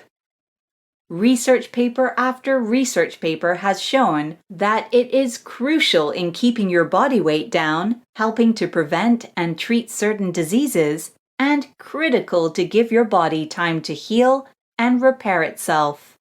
Sleep is important for physical health, but also for cognitive function.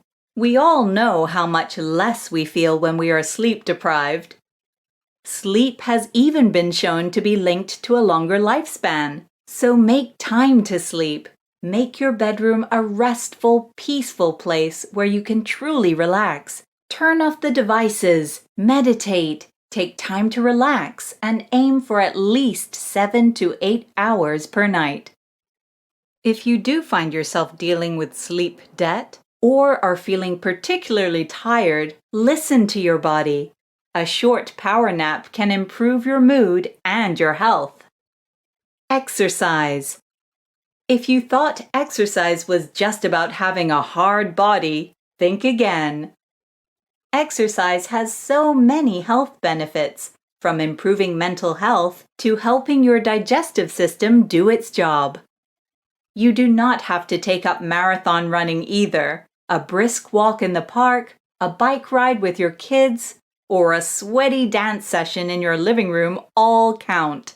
The more you move your body, the better it is for your overall health and your liver. De-stress. Stress is known as the silent killer.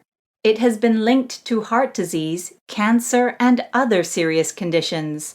It changes the way we eat, sleep, and interact with one another. It can suck the joy out of life, so we are not motivated to take care of ourselves.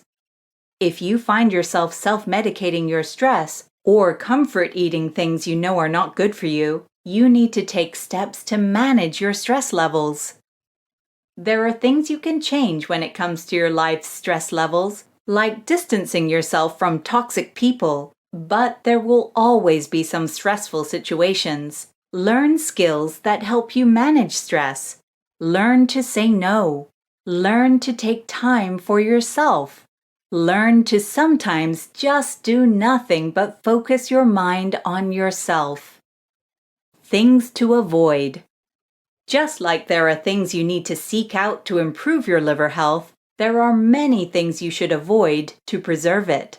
These are some of the most important. Smoking and alcohol. There may be some minor benefits to some types of alcohol in moderation, but there are really no benefits to smoking at all. Cigarette smoke has been proven to negatively impact everything from brain function and fertility to bone density and eyesight. It is bad for your teeth, terrible for your lungs, costs a small fortune, and makes you smell like an ashtray.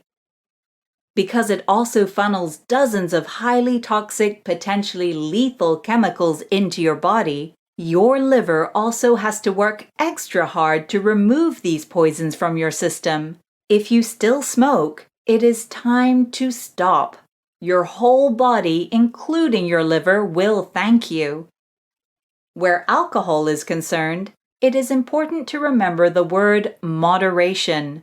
A glass of wine, or even two, will not destroy your liver. However, consistent consumption will have negative effects on your overall health, and especially that of your liver. Too much fat. As we discussed, we need some fats to live a healthy life. Most of these are vegetable-based fats, and most are unprocessed.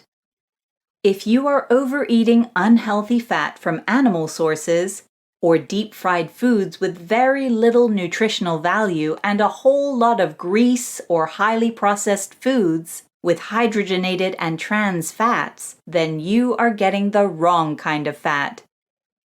Start a food diary and take note of what you are eating every day. Most of your foods should be unprocessed and home-cooked, and you should be trimming off visible fat on meats and other proteins. Deep-fried foods should be an occasional treat.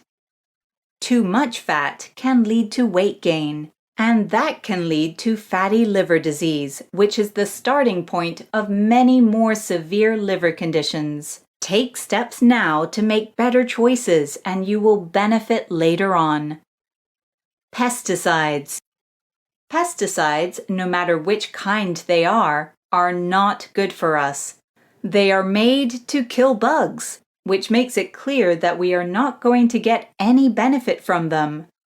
Make sure that you wash fruits and vegetables very carefully, and when there is any doubt, peeling the skin off before preparing them is a good idea. Remember that this applies to organic and non-organic produce too. Organic does not mean pesticide-free. It is simply different pesticides, so you still need to wash or peel those fruits and vegetables.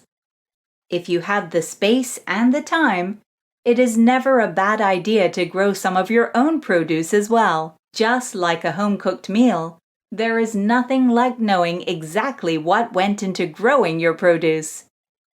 Drugs. Whether it is a prescription from your doctor or recreational drugs on the weekend, if you are taking it, your liver is processing it. Sometimes that can be bad news for your liver. If you have been prescribed medication by your doctor, always ask about possible side effects and only take medication according to your doctor's instructions. If you notice any signs of liver trouble while you are taking medication, speak to your doctor as soon as possible. Symptoms like abdominal pain, jaundice, and nausea can all be early signs of drug-related liver injury or disease. Mental health issues. A study in Edinburgh recently discovered a link between poor mental health, including stress, anxiety, and depression, and potential damage to your liver. The study did not conclude whether the mental health conditions themselves caused the liver problems, or whether secondary symptoms of those conditions, like obesity, alcohol and drug abuse, and increased stress hormones, were to blame. But the simple fact is that your mental health has a profound impact on everything in your body, including your liver. Review prescriptions. Food and nutrition are a huge part of improving liver health. Still, if you are on prescription medications, they may also be affecting your liver function. It is good to review your prescription medications with your doctor if you notice that you are experiencing signs of trouble with your liver or anything else. Prescription medications can be life-saving, but they can also have significant side effects. Medications and medical science changes over time, as does your health. So, there may be new treatments that are better suited to whatever condition you have, which has less impact on other things in your body. You should never stop taking prescription medication without the approval and supervision of your doctor. Still, if you are concerned, a conversation about your options is an excellent place to start. Build liver detox into your life. Generally, doctors do not recommend detoxing for the sake of detox. However, when it comes to your liver, it is a critical part of maintaining and improving liver health. This will boost your energy, improve your metabolism, and even improve the appearance of your hair, skin, and waistline. When your liver is working at its peak, it will do everything better and more efficiently, and that will show in every area of your life. Life gets busy. Maybe you are eating more takeout pizza than you should because you are working late. Perhaps you have been having a few too many after-work cocktails. Or maybe you are just noticing that you are feeling more tired than usual. If you are, here are 8 simple steps you can take right now to do your own liver detox and get things back on track. For the next week, do these simple things. 1. Switch all your usual drinks for water or green tea. 2. Cut out all processed foods, whether that is takeout or commercially prepared sauces and snacks. 3. Include 7 to 9 servings of fruit and vegetables per day. 4. Limit protein intake to lean meat, poultry and fish, eggs or legumes and vegetables. 5. Ban all processed sugar and flour. Choose only whole grain products. 6. Make sure that you eat 3 balanced meals every day and 2 healthy snacks. 7. Get enough sleep. 8. Get 30 minutes of low-impact exercise every second day. These straightforward steps are all you need to begin improving your liver health. Give it time to heal from the damage of everyday life and get yourself feeling better. You do not need any special pills or supplements, and it does not cost a lot of money or take a lot of time. Treating your liver right is as simple as living a healthier lifestyle. Because your liver can repair and regenerate itself, even if you have not been doing everything right, you can start today. Weight loss and liver health. While we all know the link between alcohol, smoking, drugs, and liver damage, the truth is that many liver disease cases are not related to any of those things. There is a large body of evidence that shows that being overweight or obese is one of the leading causes of liver disease. That means that losing weight is one of the best ways to improve your liver health and function. If you are carrying extra weight, especially in your abdomen, there is a good chance you are at risk of fatty liver disease or might already have the early stages of the condition. Speak to your doctor to determine what a healthy weight goal is and use the tips and recipes in this book, combined with moderate exercise and your doctor's advice to lose weight slowly and sustainably. We are all for positive body image at any weight. Still, if you are putting your liver at risk by carrying extra pounds, it might be time to make some small changes to reap significant health benefits. You are in the driver's seat. We hope that this chapter helped show you how much control you actually have over your liver health and your health in general. The simplest things, like choosing the right foods and making smart lifestyle choices, can all have a profound impact on everything in our bodies, including our liver health. When we take good care of our bodies will take care of us. Good health is a self-fulfilling prophecy in that way. The more we make better choices, the more benefits we will see. And the more benefits we see, the more we will want to make smarter choices. It all starts with a choice, though. Choose to make small changes that have a big impact, and you will start to see big changes in your health and well-being. But what about the damage that you might have already done? Many people feel that it is too late to make smart choices because they have already made too many bad ones. We want you to know that it's never too late to change. And that brings us to the next chapter in this book, how to start undoing some of the bad choices you might have made by detoxing your liver and your life. You can't control what goes on outside, but you can control what goes on inside. Unknown. Detox and cleanse. There are 2 approaches to health and wellness. The first focuses on the cosmetic: clear skin, shiny hair, or a slimmer waistline.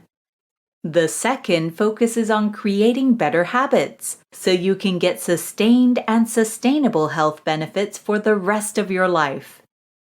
While the first approach initially feels the most appealing and is the most popular advertising strategy, it is not based on anything real. It is like the crash diets of health. As soon as you stop doing the usually impossible to maintain things they recommend, everything goes back to what it was before. Or, in the case of most crash diets, it gets even worse. That is why we are not focused on quick fixes, gimmicks, or cosmetic change. We're not going to even consider so-called cleanses that cut your calories so much that they put you into starvation mode and do more harm than good. And we're not going to sell you a miracle potion. In this book, we are only looking at genuine long-term changes that you can make a part of your lifestyle to get better liver health and experience the health benefits that come along with that. As the famous nutritionist Fiona Tuck says, the body is naturally designed to be able to clear waste materials such as toxins, chemicals, and old hormones in order to prevent an accumulation of potentially toxic and harmful byproducts from building up in our systems. Your body already knows how to do what needs to be done, so we are going to teach you how to get out of its way so it can get the job done.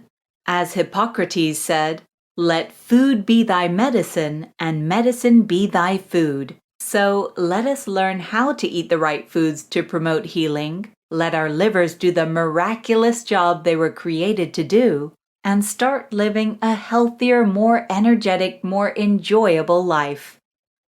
But because we need to make sure you stick to your new, healthier lifestyle, let us also make sure they are filling, delicious, and satisfying.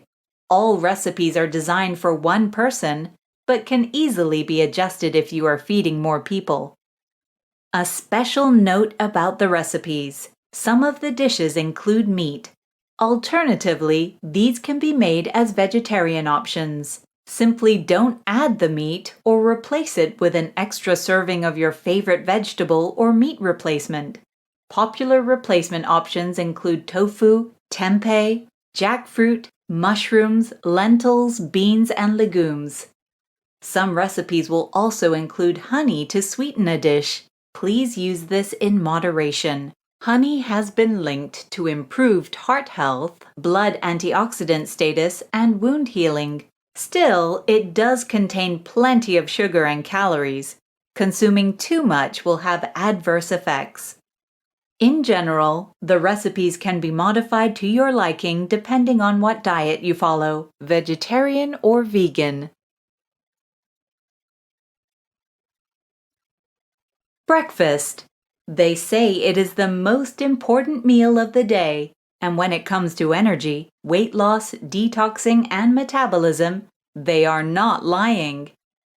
We have got a collection of breakfast recipes that will get you started on the right foot every day, no matter how much or little time you have available for prep. Please find these recipes in the PDF attached to this audiobook.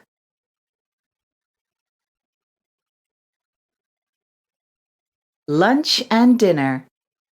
Lunch and dinner options when you are on a liver detox are incredibly varied.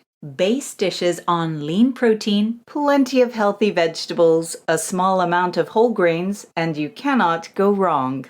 Because herbs and spices are so good for your liver, switch out your regular condiments for hot Mexican-inspired spices or warm Indian blends. Add lemon and lime juice for extra tang, and switch out low-fat plain yogurt for cream sauces. Here are a few great recipes you can use to get your liver detox started. Please find these recipes in the PDF attached to this audiobook.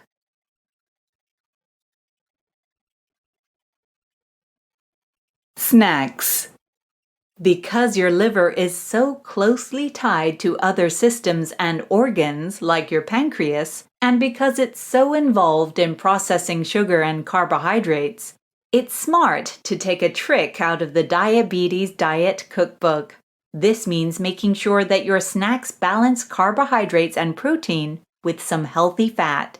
This helps to ensure that there is less spike in your blood sugar and less strain on your system as it tries to cope. This table is designed to give you mix and match snack options that make it easy to find the perfect combo.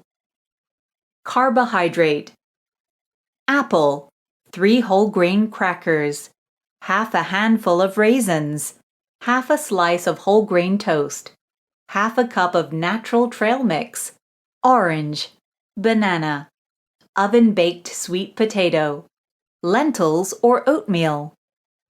Protein: peanut butter and celery, slice of low-fat cheddar, cottage cheese, half a handful of almonds, half an avocado, boiled egg, slice of roast chicken, hummus and veggies, edamame.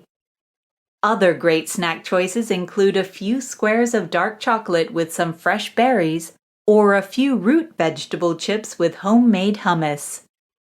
The key to healthy snacking is moderation and balance. Carbs on their own are a bad idea, but when they are combined with protein and a little bit of healthy fat, they will fill you up and fuel you at the same time.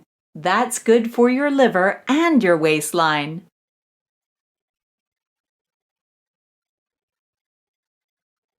Juices and shakes.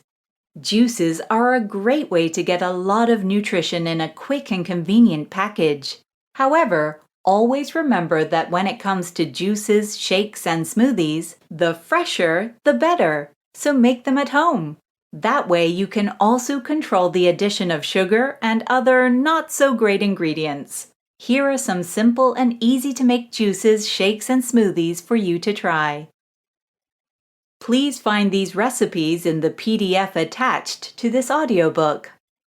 Nearly any combination of fruits and vegetables can be used to make powerhouse liver-friendly shakes and smoothies. Adding nut butter or plain yogurt adds a little protein to make them a full meal on their own. When you want to thin smoothies or juices, freshly squeezed juices or green tea are fantastic options, and you can use honey, maple syrup, or stevia if you need a little sweetness. Smoothies and shakes are a great way to add more healthy spices to your diet. Turmeric, cinnamon, and ginger are all great additions. When you have any doubt about what to drink, the best choice for a thirst quencher is always water, possibly with a little lemon. Enough water is critical to the health of your liver and everything else in your body.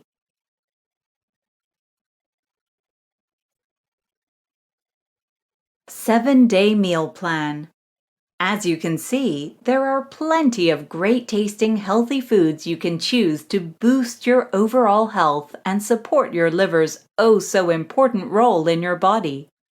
But to make it even simpler, we have devised a 7-day sample menu using variations on these recipes and other simple foods so you can kickstart your new eating plan without breaking a sweat. Feel free to switch out any of the recipes and gain further inspiration from the recipes listed before. Please find these recipes in the PDF attached to this audiobook. Each of these dinner menus could be finished with a small bowl of fresh fruit or berries, a small spoon of low-fat plain yogurt, and a drizzle of honey.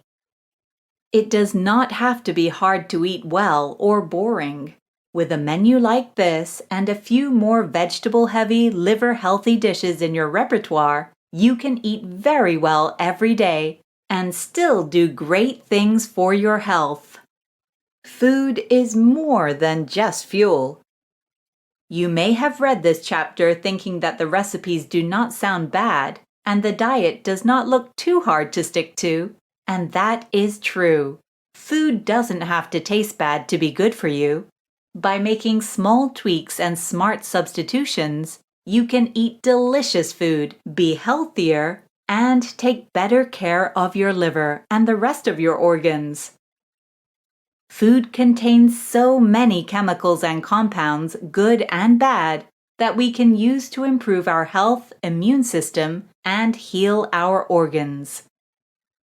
The food we eat can support traditional medical treatments for conditions we are diagnosed with, but it can also help us have more energy, lose weight easier, and fuel us when we exercise.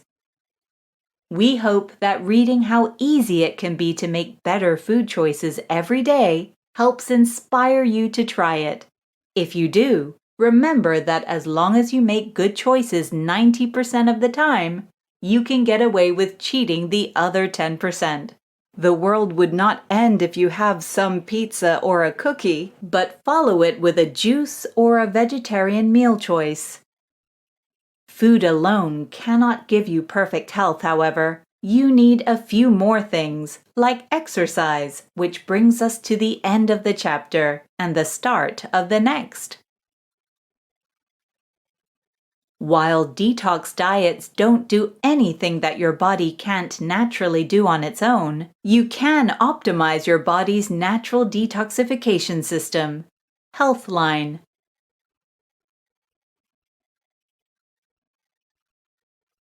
Chapter 4. Shake what your mama gave you. Good things come to those who sweat. It is an old saying, but it is also true. While fueling our body with the right things is a big part of overall health, and liver health in particular, exercise is also critical to our overall well-being. In fact, if you combine healthy eating with even moderate exercise, you can supercharge your liver and get all the benefits that come with that. Exercise helps to get your blood flowing, has been proven to improve mental health, improves digestion, increases metabolism, and can even positively impact diabetes, among many other benefits. It is one of the best things you can do for yourself. But exercise does not have to be difficult, expensive, or boring. If you hate aerobics classes, do not do them. If gyms make you yawn, avoid them. You do not even have to get out of your pajamas to exercise, although it will be more comfortable if you do. How exercise helps your liver. We all know that in general, exercise is a good idea, and we have already mentioned some of the more impressive benefits you will see if you start exercising regularly. But exercise also has very specific benefits for your liver. These include weight loss. When you exercise regularly and eat healthily, you will lose weight. Since carrying excess weight is a risk factor for fatty liver disease, that gives you a better chance to either avoid it or limit its impact. Research has shown, in fact, that exercise is a key factor in reducing hepatic fat. This fat is specific to your liver. Studies have even shown that you do not have to see external weight loss to get a significant benefit from even half an hour of exercise every other day. Exercise also has a positive impact on insulin resistance, which is proven in studies involving diabetics. Since your liver is intimately involved in the storage and release of sugar, it is excellent for your liver. Exercise improves circulation. Since your liver is an organ that is an integral part of the circulatory system, getting blood flowing through it faster and more efficiently can have major benefits. Exercise also helps you to sweat. And sweating is another way to excrete toxins from your body. Fewer toxins, of course, mean a happier liver. Exercise has even been proven in studies to protect your liver from alcohol-related damage. Finally, because exercise improves mental health, you are less likely to turn to unhealthy choices. This means you will be less likely to binge eat, drink alcohol, and smoke to boost your mood.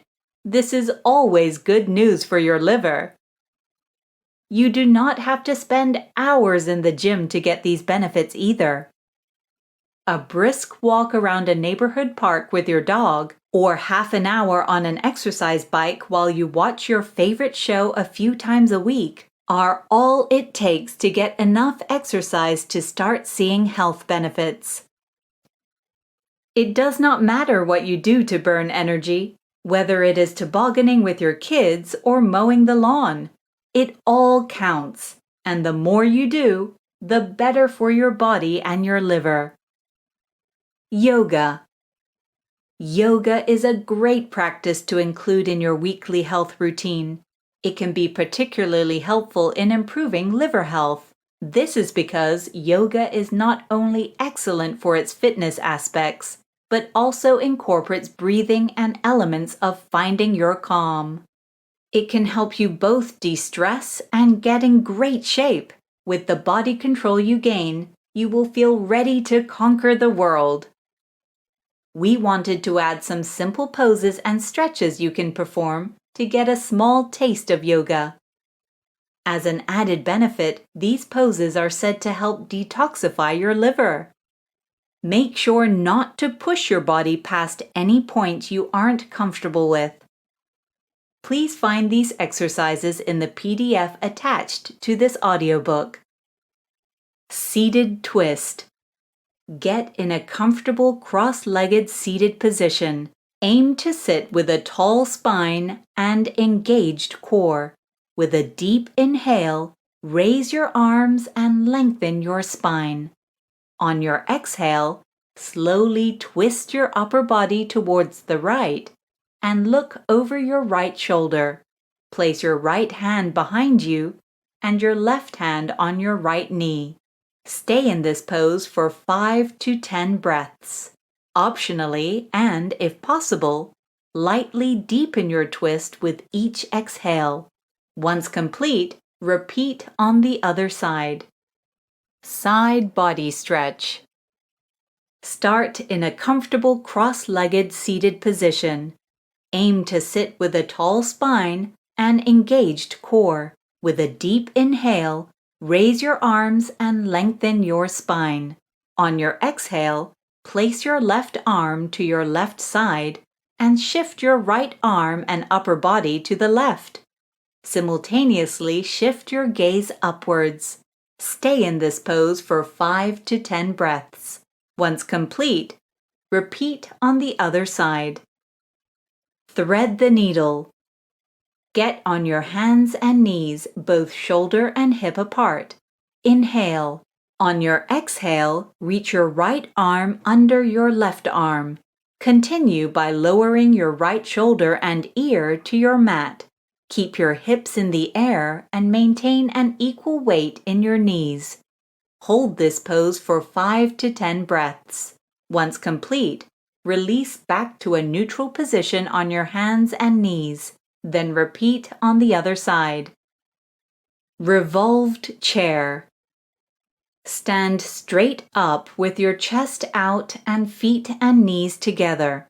As you inhale, raise your arms overhead with your palms facing each other. Place your weight mostly on your heels, and as you exhale, bend your knees and lower yourself down as if you were to sit on a chair. As you inhale, lower your hands down to your chest, palms coming together in a prayer position. Then, as you exhale, twist your chest and shoulders towards the right and aim to place your right elbow outside of your left leg. Try to hold this pose for 5 to 10 breaths before slowly releasing and returning to a relaxed, straight-up stance. Repeat on the other side. Warrior 1. Begin by stepping your right foot forward and pointing your feet straight ahead. Your chest and belly button should also point forward. Keep your left leg behind you and turn your heel inward, making your left toes point outward at about a 45-degree angle. On an inhale, raise your arms straight above your head with your palms facing one another. Focus on lifting your chest and keeping your core tight. Hold this pose for 5 to 10 breaths. Repeat with your left leg forward and right leg back. Reverse warrior.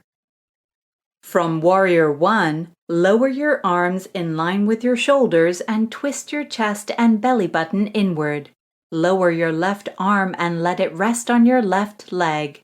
Inhale and bring your right arm up and to the back. Look up so you don't place too much strain on your neck. Hold this pose for 3 to 8 breaths. Slowly release back to a neutral position and repeat on the other side. Warrior twist.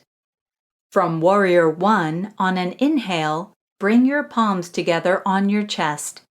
As you exhale, twist your torso towards your leading leg. Following the diagram above, it is the left leg.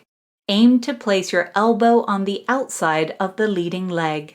Turn your face to look upwards unless this is uncomfortable. Hold this pose for 3 to 8 breaths. Slowly release to a neutral position and repeat on the other side. Love yourself enough to live a healthy lifestyle. Jules Robson.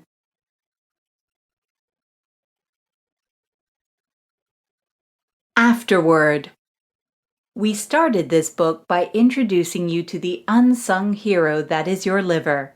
You learned how important your liver is in nearly everything your body does, and why, when your liver is not performing at its peak, it can affect all kinds of things in your life. Along the way, we looked at some potentially serious liver conditions, which you hopefully don't have yet. We showed you how to avoid them, and how to potentially roll back damage you might have unknowingly done to your liver before you read this book. Perhaps most importantly, though, we hope we showed you how a large part of your liver health is directly related to what you eat, drink, and do in your life. But also, because your liver is the only organ you have that can heal itself, you have the time to change your liver health. While you might not be able to avoid all of the diseases, disorders, and conditions that might affect your liver, you do hold all the power to stop overworking your liver and start fueling it and giving it the nutrients it needs to do its essential work. Your liver is central to so many things in your body that we can almost guarantee that if you make the simple changes we outline in this book, you will feel better, look better, and live a happier, healthier life. Because your liver might not be the flashiest organ you have, but it is one of the most important, and you owe it to yourself to take care of it. If you don't take care of this, the most magnificent machine that you will ever be given, where are you going to live? Karen Calabrese.